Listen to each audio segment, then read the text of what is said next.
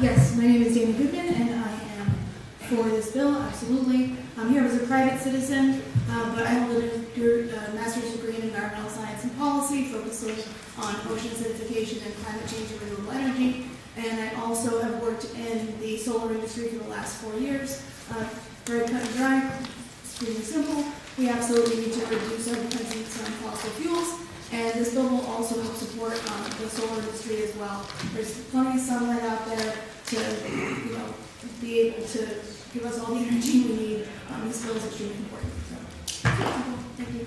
Thank you. Any questions? Thank you very much. Good evening again, Chair and members of the committee. I'm a member of Climate Action Rhode Island and also a member of Sunrise Rhode Island.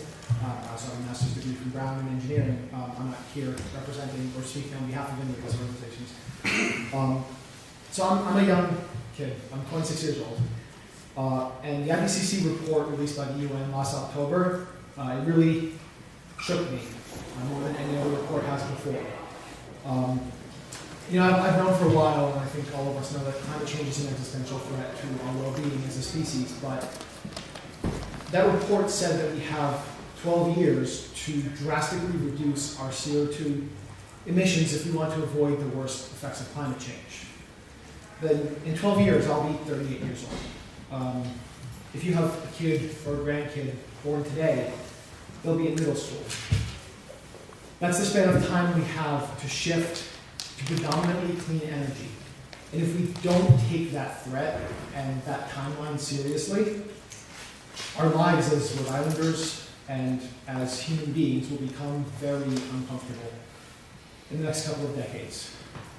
The predicted effects of climate change are, higher incidence of extreme weather events, losing the Rhode Island coastline to rising sea levels, epidemics of diseases buried in the Arctic ice that's melting as we speak, and huge reductions in agricultural productivity.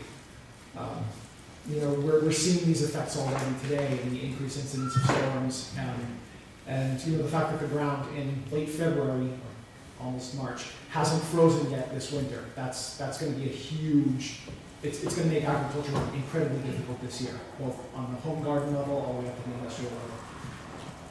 Our children and grandchildren very well may become climate refugees in their lifetimes.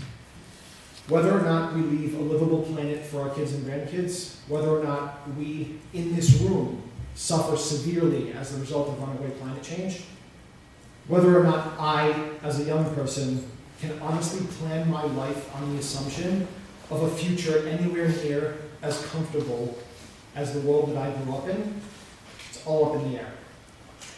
I've recently decided that I'm probably not going to have kids. I don't really know if it's wise for me to save for retirement. Like these are legitimate concerns that people my age have about this because we don't have a guarantee of a livable future anymore as a result of climate change. Whether we solve this problem, it all hinges on the decisions that we make now as a country and a state. It hinges on whether we take the threat of runaway climate change seriously and pass mandatory, adequate, and enforceable carbon reduction goals now.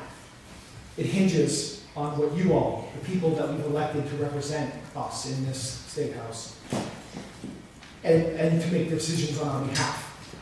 And in the case of this room, to make decisions on behalf of the environment and therefore the future of our species. It all hinges on what you decide this year about the Global Warming Solutions Act. We need serious action on climate change. We need mandatory reductions in carbon dioxide emissions at the scale and on the timeline appropriate to the seriousness of the problem. We need this bill to pass this year. Thank you. Any questions? Very good testimony.